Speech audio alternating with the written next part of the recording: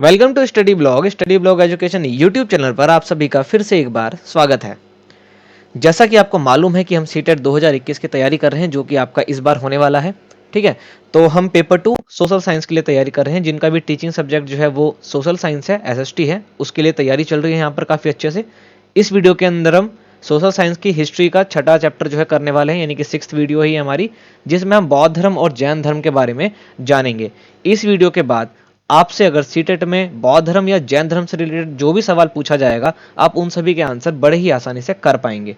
ठीक है, गारंटी है इस चीज की। इसके बाद आपको दिक्कत होने वाली नहीं है बिल्कुल भी। तो पहले की वीडियोस आपको देखने को मिल जाएगी, प्लेलिस्ट बना रखी है, आप वहां से जाके देख सकते हैं। सिविक्स की भी प्लेलिस्ट है और जियोग्राफी की भी प्लेलिस्ट बनी हुई है, तो वहां से जाकर के हम सभी को देख सकते हैं। ठीक है, और पिछले साल भी हमने वीडियोस बनाई थी, तो वो भी अपलोडेड है ऑलरेडी हमारे प्लेलिस्ट में, तो आप वहां भी जाकर के उनको भी देख सकते हैं। तो आपके लिए कंटेंट तो एकदम भर भर के है। अब देखना यह है कि आप तैयारी किस प्रकार से करते हैं और कैसे करते हैं। ठीक है, तो चलते हैं हम सीधा। लाइक शेयर कर दीजिएगा। ठीक है, देखिए सबसे पहले आपको फोटो दिख रही होगी गौतम बुद्ध की, जिन्होंने जो है बौद्ध धर्म को बनाया है, या बौद्ध धर्म के संस्थापक कह सकते हैं इनको। और दूसरी तरफ जो आपको फोटो दिख रही है वो है महावीर जैन की, यानी कि वर्धमान महावीर की, जिन्होंने जैन धर्म के 24वें तीर्थंकर थे ये। ठीक है, इन्होंने जैन धर्म को काफी अच्छे से आगे डेवलप किया था। और तो चलते इन्हीं के आशीर्वाद के बाद सीधा अपने टॉपिक की तरफ। तो बौद्ध धर्म से हम शुरू करने जा रहे हैं। तो देखिए बौद्ध धर्म के संस्थापक कौन है? गौतम बुद्ध। ये आपको अभी मैंने बता दिया है। ठीक है, बौद्ध धर्म के संस्थापक कौन है? तो गौतम बुद्ध, ये आपको पता है। ठीक है, गौतम बुद्ध के बचपन का नाम क्या था? सिद्धार्थ। जो भी चीजें लिखी गई है ना, एकदम डिट्टो एनसीईआरटी में ऐसी ही पूछी जाती हैं। ठीक है, समझे कि नहीं? तो एकदम ऐसे ही आपको याद रखना है। बौद्ध धर्म के संस्थापक कौन थे? गौतम बुद्ध। इनका जन्म कहाँ हुआ था? लुम्बिनी, जो कि वर्तमान में नेपाल में है। जन्म कब हुआ था? 563 बीसी, यानी कि 563 ईसा पूर्व, लगभग 2500 साल पहले। आज से 2500 साल पहले इनका जन्म हुआ था। कहां पर? लुम्बिनी, नेपाल के अंदर। ज्ञान की प्राप्ति इनको हुई थी बोध गया, जो कि बिहार में है। पीपल के पेड़ के नीचे बैठे थे ये, वहां पर ये जो है तपस्या कर रहे थे, और वहां पर इनको ज्ञान की प्राप्ति हुई थी। जब इनको ज्ञान की प्राप्ति हुई, तब इनकी जो वर्ष थी वो, यानी एज जो था इनका, वो 35 ईयर्स के हो चुके थे ये। इन्हीं का कहने का मतलब यह है कि भाई इन्होंने 12 साल तपस्या करी, कोई कहता है कि भाई 12 दिन करी है। तो इस पे आपसे सवाल पूछा भी नहीं जाएगा, और ये आपको ध्यान में रखना, जो भी चीज यहां पर लिखी गई है ना, ये आपके काम की आएंगी। ठीक है, कि इनका जन्म कहां हुआ? तो लुम्बिनी में। ज्ञान की प्राप्ति बोध गया में, यानी कि बुद्धि की प्राप्ति बोध गया में। कैसे भी रिलेट करके याद रख सकते हैं आप। ठीक है, और प्रथम प्रवचन इन्होंने सबसे पहले अपना सार कहां पर दिया? तो सारनाथ में। कहां पर दिया? सारनाथ में। ठीक है, इसी प्रकार से याद रखिएगा। और निर्वाण, ठीक है, यानी कि इनकी मृत्यु जो हुई थी वो कुशीनारा में हुई थी। ठीक है, तो वहां पर ये जो 4 जगह है, लुम्बिनी, बोधगया, सारनाथ, कुशीनारा, ये चारों आपको याद करने हैं। इनका जन्म लुम्बिनी में, ज्ञान की प्राप्ति बोधगया में, प्रथम प्रवचन यानी कि प्रथम सार इन्होंने कहां पर दिया था? तो सारनाथ में दिया था। और निर्वाण जो है, यानी कि मोक्ष की प्राप्ति हुई थी कुशीनारा में। ठीक है, इनके पिताजी का नाम था शुद्धोधन, जो कि शाक्य वंश से रिलेटेड थे, और ये राजा के बेटे थे। ठीक है, एकदम राजा के बेटे थे ये। इनकी माता का नाम था महामाया, जो इनके जन्म के 7 दिन बाद ही इनका निधन हो गया। इसके बाद इन्हीं की सगी बहन, जिनका नाम था प्रजापति गौतमी, इन्होंने इनको पाला पोसा, और इनका एक बेटा था जिसका नाम था राहुल। तो गौतम बुद्ध के बारे में आपको इतना तो मालूम होना चाहिए। ठीक है, जो आपके एग्जाम पॉइंट ऑफ व्यू से काफी ज्यादा ही इंपॉर्टेंट है, कि बौद्ध धर्म के संस्थापक है गौतम बुद्ध। इनका बचपन का नाम था सिद्धार्थ।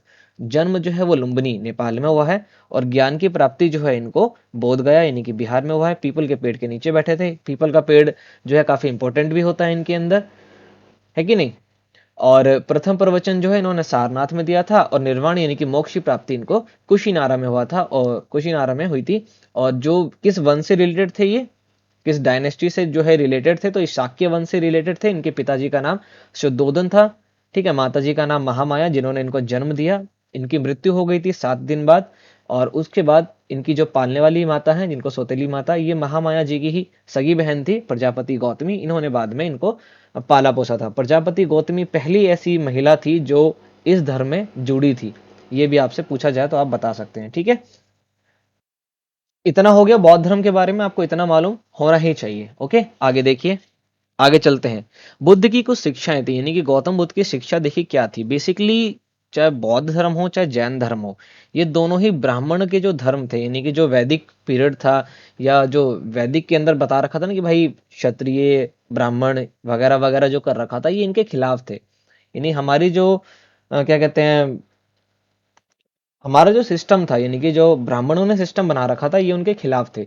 ठीक है, तो बौद्ध धर्म में या जैन धर्म को कोई भी अपना सकता था, उसमें कोई जाति वगैरह का भेदभाव नहीं था, पुनर्जन्म में ये लोग मानते थे।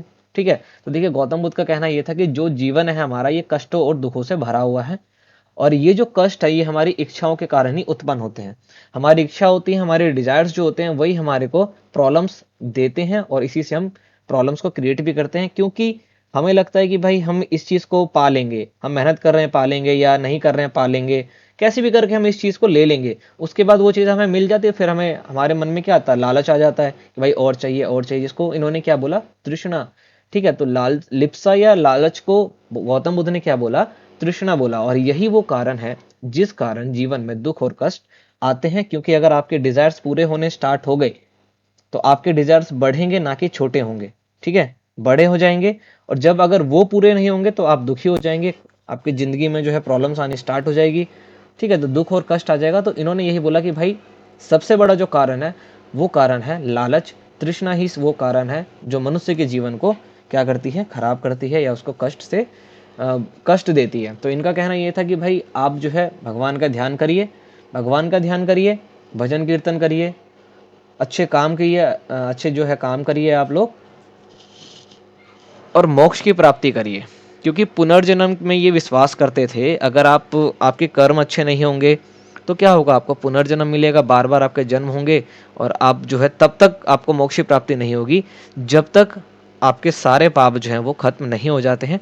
ठीक है, तो ये गौतम बुद्ध की शिक्षा थी। इनके 3 रत्न जो है आपसे पूछे जाएंगे कि गौतम बुद्ध के 3 रत्न कौन से थे, तो बुद्ध, धम्म और संघ। कौन से थे, बुद्ध, धम्म, संघ। कौन से थे, बुद्ध, धम्म और संघ। ये गौतम बुद्ध के यानी कि बौद्ध धर्म के 3 रत्न है ये। ठीक है, ये बौद्ध धर्म के 3 रत्न है, बुद्ध, धम्म और संघ। ये ध्यान रखिएगा। ठीक है, बिल्कुल। इनकी 3 पुस्तकें हैं, जो 3 ग्रंथ कह सकते हैं आप उसको। तो 3 पिटक हैं ये, तो इसको त्रिपिटक कहा जाता है। पहला है सुत्त पिटक, पहला क्या है, सुत्त पिटक। उसके बाद है विनय पिटक, तीसरा है अभिधम्म पिटक। तो ये तीनों ही लैंग्वेज है, सॉरी, जो ये तीनों बुक्स है ये पाली लैंग्वेज में लिखी गई है, पाली भाषा का जो है इसमें इस्तेमाल किया गया है। इन तीनों ही पुस्तक में जो बौद्ध धर्म से रिलेटेड है, त्रिपिटक जो है त्रिपिटक कहलाते हैं ये।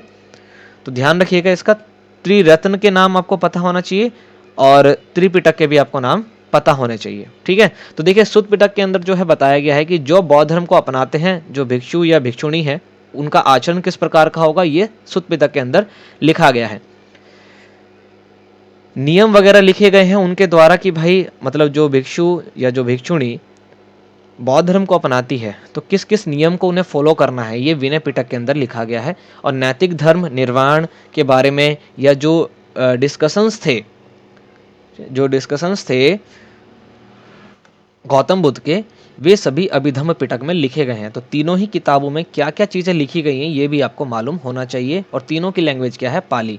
तो इस वाले स्क्रीन पर यानी कि आपको जो दिख रहा है यहाँ पर आपको पता चलेगा कि बुद्ध की शिक्षा क्या थी, त्रिरत्न क्या थे बुद्ध के, त्रिपिटक क्या चीज़ है। तो 3 ये पुस्तक हैं, ग्रंथ हैं, किससे रिलेटेड है, तो बौद्ध धर्म से रिलेटेड है। तीनों ही किताबों में किस किस तरह की बातें लिखी हैं ये भी आपको पता चल गया होगा। तो आगे चलते हैं, यहाँ तक अगर आपको मालूम चल गया है तो ठीक है, आगे चलते हैं, आगे देखते हैं कि और क्या चीज़ आपको बताया जाए।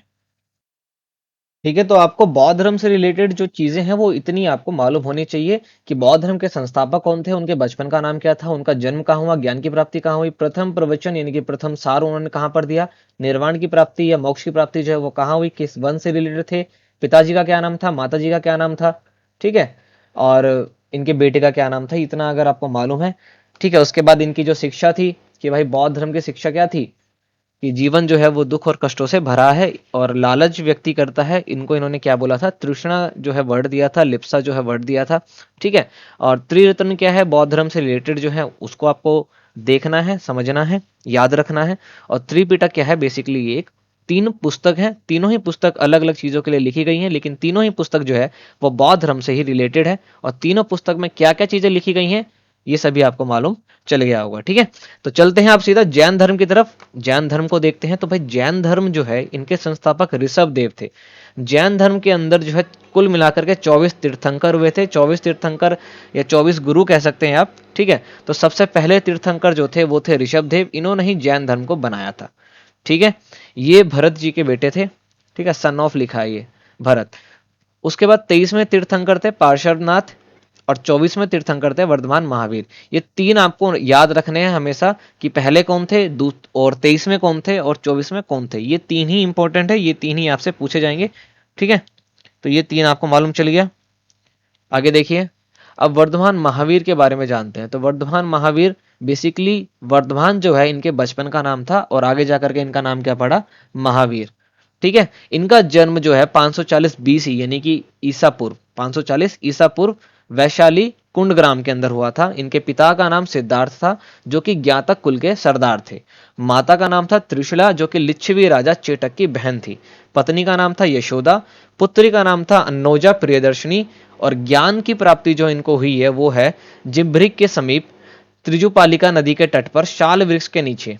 अब देखिए, दो पेड़ के नाम आए हैं आपके पास यहाँ पर, कि साल वृक्ष का नाम आया यानी कि साल का पेड़ आया है, और साथ में पीपल का पेड़ आया। तो पीपल का पेड़ बौद्ध धर्म से रिलेटेड है, ठीक है, और साल का पेड़ जो है वो जैन धर्म से रिलेटेड है, आपको पता होना चाहिए, ठीक है। 12 वर्षों तक इन्होंने तपस्या करी थी, और फिर में इनको जो है ज्ञान की प्राप्ति हुई थी, ठीक है। ये चीजें आपको पता होना चाहिए। जब इनको ज्ञान की प्राप्ति हुई तो इनको अलग अलग नामों से बुलाया जाने लगा, या फिर इनके जो है नाम अलग अलग दिए गए, जैसा कि जिन, जिन का मतलब होता है विजेता, फिर अरहत जिसका नाम होता है, जिसका मतलब होता है पूज्य, और फिर तीसरा जो नाम इनका दिया गया था वो था निर्ग्रंथ, जिसका नाम होता है बंधनहीन, ठीक है। तो ये तीनों नाम आपको पता होने चाहिए, और तीनों ही नाम का मतलब क्या है ये आपको पता होना चाहिए। तो वर्धमान महावीर का बचपन का नाम क्या था, तो आपको वर्धमान नहीं दिया जाएगा, आपको पूछा जाएगा कि महावीर का बचपन का नाम क्या था, ठीक है। महावीर के बचपन का नाम क्या था, वर्धमान। इनका जन्म कब हुआ, 540 BC यानी 540 ईसा पूर्व, आज से लगभग 2500 साल पहले। कहां पर, वैशाली का एक गांव है जहां, जिसका नाम है कुंडग्राम, ठीक है। इनके पिताजी का नाम सिद्धार्थ, जो कि ज्ञातक कुल के सरदार थे। माता जी का नाम त्रिशला, जो कि लिच्छवी राजा चेटक की बहन थी। ये सारे पॉइंट इंपॉर्टेंट है, इसलिए एकदम पॉइंट टू पॉइंट लिखा हुआ है, ठीक है ना। इसमें से कुछ भी स्किप करने की कोशिश मत करिएगा आप, समझे। पत्नी का नाम यशोदा, पुत्री का नाम था अन्नोजा प्रियदर्शनी, और इनको ज्ञान की प्राप्ति कहां पर हुई है, साल वृक्ष के नीचे इन्होंने 12 वर्ष जो है तपस्या करी थी। कहां पर करी थी तपस्या, तो जिम्भ्रिक के समीप त्रिजुपालिका नदी के तट पर। इतना आपको पता होना चाहिए। ज्ञान प्राप्ति के बाद इनको जो है 3 अलग अलग नामों से बुलाया जाने लगा, या इनके 3 अलग नाम पड़ गए। पहला हुआ जिन, जिन का मतलब होता है विजेता। दूसरा हुआ अरहत, जिसका मतलब होता है पूज्य। और तीसरा था निर्ग्रंथ, जिसका मतलब होता है बंधनहीन, ठीक है। जैन धर्म बौद्ध धर्म से रिलेटेड आपको इतनी चीजें मालूम ही होनी चाहिए। एक भी चीज इसके अंदर ऐसी नहीं है जो आपके काम की नहीं है।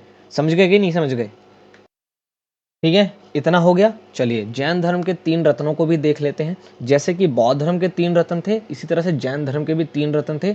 पहला है सम्यक दर्शन, सम्यक ज्ञान, सम्यक आचरण। यानी कि सम्यक दर्शन का मतलब, सम्यक मतलब हो गया शुद्ध, दर्शन मतलब दृष्टि, आपकी दृष्टि शुद्ध होनी चाहिए, आपका ज्ञान शुद्ध होना चाहिए।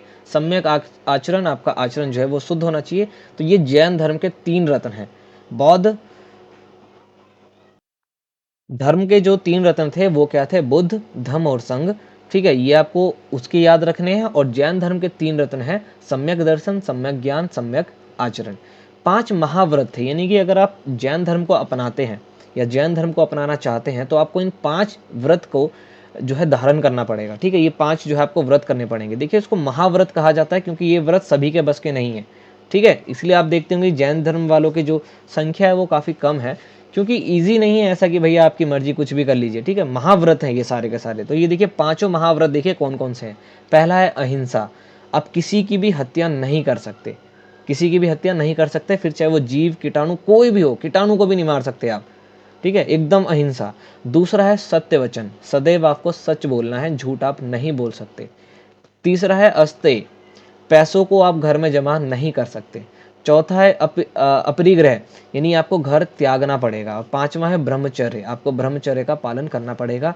ये 5 ऐसे महाव्रत हैं जो आज लगभग 0.01% लोग ही कर पाएंगे, ठीक है।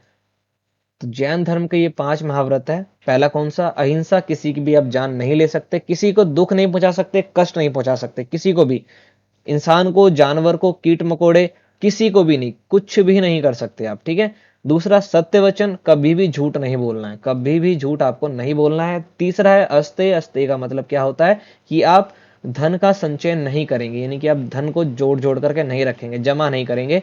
चौथा है अपरिग्रह, यानी कि आपको घर का त्याग करना पड़ेगा। घर का त्याग करने से ही ज्ञान की प्राप्ति होती है, ये जैन महावीर जी का मानना था, ठीक है। और पांचवा है ब्रह्मचर्य, आपको पालन करना पड़ेगा, स्त्री वगैरह से आपको दूर रहना पड़ेगा, कोई भी अट्रैक्शन नहीं, कोई भी कुछ नहीं। तो ये 5 महाव्रत जो है ये फॉलो करने पड़ते हैं जैनिज्म को। तो जैन धर्म के 3 रत्न आपको मालूम चल गए, जैन धर्म के 5 महाव्रत, महाव्रत जो कौन से हैं ये भी आपको मालूम चल गए, ठीक है। तो अब देखिए एक पॉइंट इसमें बताया गया, ये काफी इंपॉर्टेंट पड़ जाता है कि वर्तमान रूप में उपलब्ध, यानी कि इस वक्त जैन धर्म की जो शिक्षाएं हैं, जो भी शिक्षा के ग्रंथ वगैरह हैं, ये लगभग जो भी हम शिक्षा देखते हैं ना कि भाई उनकी जो पुस्तक के अंदर जो भी उनकी शिक्षा लिखी गई है कि आपको इन 5 महाव्रतों को जो है पालन करना पड़ेगा, कैसे कैसे आप पालन करेंगे, या जैन धर्म के अंदर जो 3 रत्न है इनके बारे में जो भी चीजें लिखी गई हैं जैन धर्म से रिलेटेड, ये सभी 1500 वर्ष पहले, यानी कि आज से 1500 साल पहले वल्लभी नामक स्थान पर लिखी गई थी। ये मोस्ट इंपॉर्टेंट है। वैसे तो ये सब कुछ ही इंपॉर्टेंट है, क्योंकि सवाल आपको नहीं पता कहां से आएगा, ठीक है। सवाल नहीं पता आपको कहां से आएगा, सवाल कहीं से भी आ सकता है, लेकिन जहां से भी आए आपको आंसर करना है, अगर आपको पास होना है तो, ठीक है। अगर आप पास होना चाहते हैं, केवल पास होना चाहते हैं, एक अलग बात होती है कि भाई आपको केवल 150 में से 90 ही चाहिए, वो एक अलग बात है। लेकिन आपको स्कोर करना है कि भाई 110, 120 या 120 अबव होना चाहिए नंबर, तो आपको तैयारी करनी पड़ेगी, मेहनत करनी पड़ेगी। सफलता घर में नहीं बनती है, ठीक है ना, कि भैया उसको पकाया और खा गए, खुद पकना पड़ता है उसके लिए, तो पकिए, समझे कि नहीं। तो लगभग 1500 साल पहले वल्लभी नामक स्थान पर जैन धर्म की जो भी आज आप लोग शिक्षा देखते हैं ये सभी को लिखा गया था। ये इंपॉर्टेंट चीज है, एक एक पॉइंट इंपॉर्टेंट है, मैं बार बार कह रहा हूं, आपके बिल्कुल काम आएगा एग्जाम में, ठीक है। जैन धर्म के बारे में आपको इतना मालूम चल गया होगा अब तक में। तो बौद्ध धर्म को हमने देख लिया, जैन धर्म को हमने देख लिया, दोनों के बारे में हमने काफी अच्छे से पढ़ लिया है, डिटेल में आपको समझा दिया गया है, ठीक है। अब देखिए, अब इनके अंदर जो है संघ और विहार, ये ऐसी चीजें थी।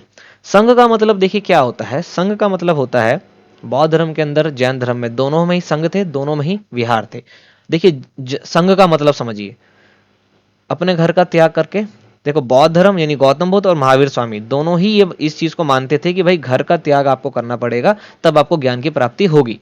तो घर का त्याग करने वाले जो लोग थे, ये कहीं पर आकर के तो रहेंगे, है भाई, जिन्होंने अपने घर को त्याग दिया है वो आकर के कहीं पर तो रहेंगे, एक साथ इकट्ठे हो जाएंगे भाई। हर जगह से लोग जब आएंगे अपने घर को त्याग करके, चाहे वो जैन धर्म को रिलेट करे या चाहे वो बौद्ध धर्म को रिलेट करे, तो वो तो आएंगे एक जगह, और एक जगह आएंगे तो वो क्या करेंगे, एक साथ रहेंगे। तो उसको क्या कहते हैं, रहने के लिए उन्होंने क्या करा, संघ का निर्माण कर लिया, ठीक है। छोटे छोटे जो है उन्होंने टेंट वगैरह, ठीक है, जैसे आश्रम हुआ करता था ना, इसी प्रकार से तो संघ का निर्माण कर लिया। किन लोगों के लिए ये था, तो जिन्होंने अपने घर को त्याग कर दिया है, अपने घर को छोड़ दिया है, वे सभी लोग जो है संघ में रहने लग गए थे। संघ में रहने वाले बौद्ध भिक्षु के लिए बताए गए नियम जो है वो विनय पिटक में लिखे गए हैं। ये हमने ऊपर ही पढ़ा था, मतलब पहले पढ़ा था कि विनय पिटक के अंदर बौद्ध धर्म के बारे में जो भिक्षु या भिक्षुणी थी, पहले तो भिक्षुक यानी कि आदमी ही थे इसके अंदर, फीमेल्स को एंट्री नहीं थी, ठीक है, बट बाद में जो है दी गई थी, पहले नहीं थी। तो ये जो भी नियम है कि भाई आप संघ में किस प्रकार रहेंगे, आप एक साथ आ गए रहने के लिए, फिर आपको क्या क्या नियम फॉलो जो है वो करने पड़ेंगे, तो वो आपके नियम विनय पिटक में लिखे गए हैं। तो संघ आपको पता चल गया।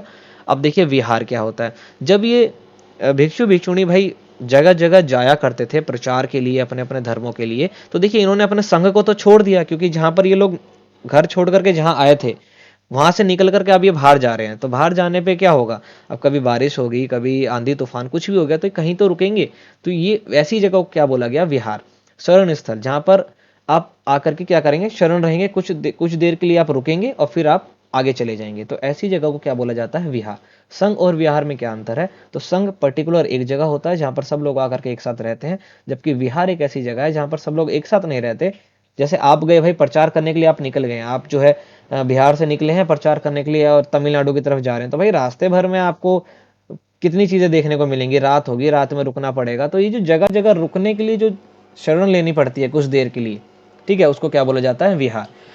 स्टार्टिंग के जो विहार थे वे सभी लकड़ी के थे, लेकिन अब जो है ईंटों के भी बनने लगे, यानी कि मजबूत बनने लगे। तो संघ और विहार में क्या डिफरेंस है ये आपको पता चल गया, संघ क्या होता है, विहार क्या होता है, ये भी आपको मालूम चल गया होगा। विहार जैसे कि आजकल होटल होते हैं ना, जहाँ पर आप लोग कहीं ट्रैवल करने निकले हैं और बीच में आपको रुकना होता है, तो कुछ देर के लिए आप क्या करते हैं, रुकते हैं कहीं पे, शरण लेते हैं ना, तो उसी को क्या बोला जाता है, विहार बोला जाता है कि नहीं। और फिर आप लौट करके अपने घर पर आ जाएंगे। मान लीजिए आप अपने गाँव जा रहे हैं, वहाँ पर सभी आ रहे हैं, आपके अलग अलग आपके चाचा वगैरह सब आ रहे हैं, तो सब आकर के एक जगह रुकेंगे तो संग हो गया। लेकिन आते वक्त रास्ते में जहाँ जहाँ वो रुक करके आए थे, उन सभी को क्या बोला जाएगा, विहार। इतना ही डिफरेंस है इनके अंदर।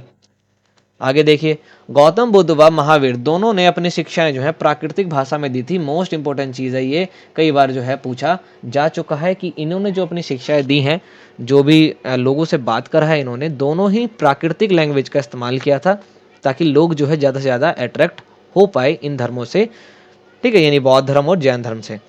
लेकिन गौतम बुद्ध की यानी कि बौद्ध धर्म की जो तीनों के तीनों पिटक हैं, वे पाली लैंग्वेज में लिखी गई हैं, तो ध्यान रखिएगा इस बात का।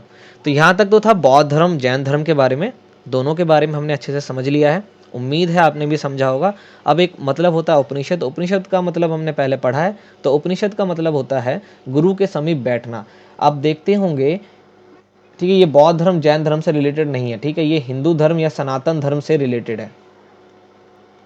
जब आश्रम वगैरह होता था ना, वहां पर लोग जाया करते थे, शिष्य जो जाया करते थे, तो देखते थे आप, एक पेड़ हुआ करता था यहाँ पर, ठीक है, जिसकी चौखट पर यहाँ पर गुरु बैठा करते थे और ये नीचे की तरफ शिष्य बैठते थे और गुरु जो है ज्ञान दिया करते थे। तो इसी को क्या बोला जाता है, उपनिषद। ठीक है, ये कहाँ का हिस्सा है, तो उत्तर वैदिक ग्रंथों का ये एक हिस्सा है। ठीक है, यानी कि जो वेद होता है, वेद का सबसे लास्ट का जो हिस्सा रह जाता है उसको वेदांग बोलते हैं। ठीक है, उसी को उपनिषद बोलते हैं। और उपनिषद का मतलब क्या होता है, गुरु के समीप बैठना। ये मोस्ट इंपॉर्टेंट चीज है, उम्मीद है आपको मालूम चल गया होगा। ठीक है, तो अगर आपको मालूम चल गया है और आपको वीडियो अच्छी लगी है, आपको कुछ समझ में आया है, तो लाइक शेयर जरूर करिएगा, सब्सक्राइब करिएगा हमारे चैनल को। और अगर आपने अभी तक सब्सक्राइब नहीं किया है इसको, ठीक है, काफी अच्छे से हम कोशिश कर रहे हैं कि आपको अच्छे से समझाया जाए। याद करने के साथ साथ जरूरी है आपको समझ में कितना आता है, क्योंकि याद करेंगे तो आपको डेली याद करना पड़ेगा, डेली याद करना पड़ेगा। लेकिन अगर आप समझ गए ना एक बार, तो फिर आपको ज्यादा याद करने की जरूरत नहीं पड़ेगी, आप खुद रिलेट करके आंसर्स निकाल सकते हैं। ठीक है, तो लाइक शेयर करिएगा वीडियो, उम्मीद है आपको अच्छी लगी होगी। सभी के साथ शेयर करिए। ये एनसीईआरटी क्लास 6 से लेकर के 8 तक के लिए भी है, तो उनको भी आप शेयर कर सकते हैं। और बाकी सीटेट के लिए तो है ही। और जो वीडियोस हैं बाकी वो प्लेलिस्ट में अवेलेबल है, आप उनको चेक करते रहिएगा। ठीक है सर, तो हमने बौद्ध धर्म जैन धर्म सभी के बारे में जो है अच्छे से पढ़ लिया है। ये देखिए, साल के पेड़ के नीचे बैठे हैं, ये पीपल के पेड़ के नीचे बैठे हैं। पीपल का पेड़ किससे रिलेटेड है, तो बौद्ध धर्म से रिलेटेड है। साल का पेड़ किससे रिलेटेड है, तो जैन धर्म से रिलेटेड है कि नहीं। तो इंपॉर्टेंट था ये हमारे लिए और हमने इसको कंप्लीट कर लिया है। सीटेट 2021 की जो हमारी तैयारी है वो काफी अच्छे से चल रही है। उम्मीद है आपकी भी अच्छे से चल रही होगी, आप भी अच्छे से पढ़ रहे होंगे। देखिए, पढ़ना जरूरी है, पढ़ना जरूरी है सर। ठीक है, मेहनत कर रहे हैं तो बिल्कुल मेहनत करते रहिए, जब तक सफलता नहीं मिलेगी एक दिन सफलता को झुकना पड़ेगा आपके सामने, और वो आपके पास जरूर आएगी। ठीक है, तो मिलेंगे नेक्स्ट वीडियो में कुछ और नए टॉपिक के साथ। तब तक के लिए जय हिंद।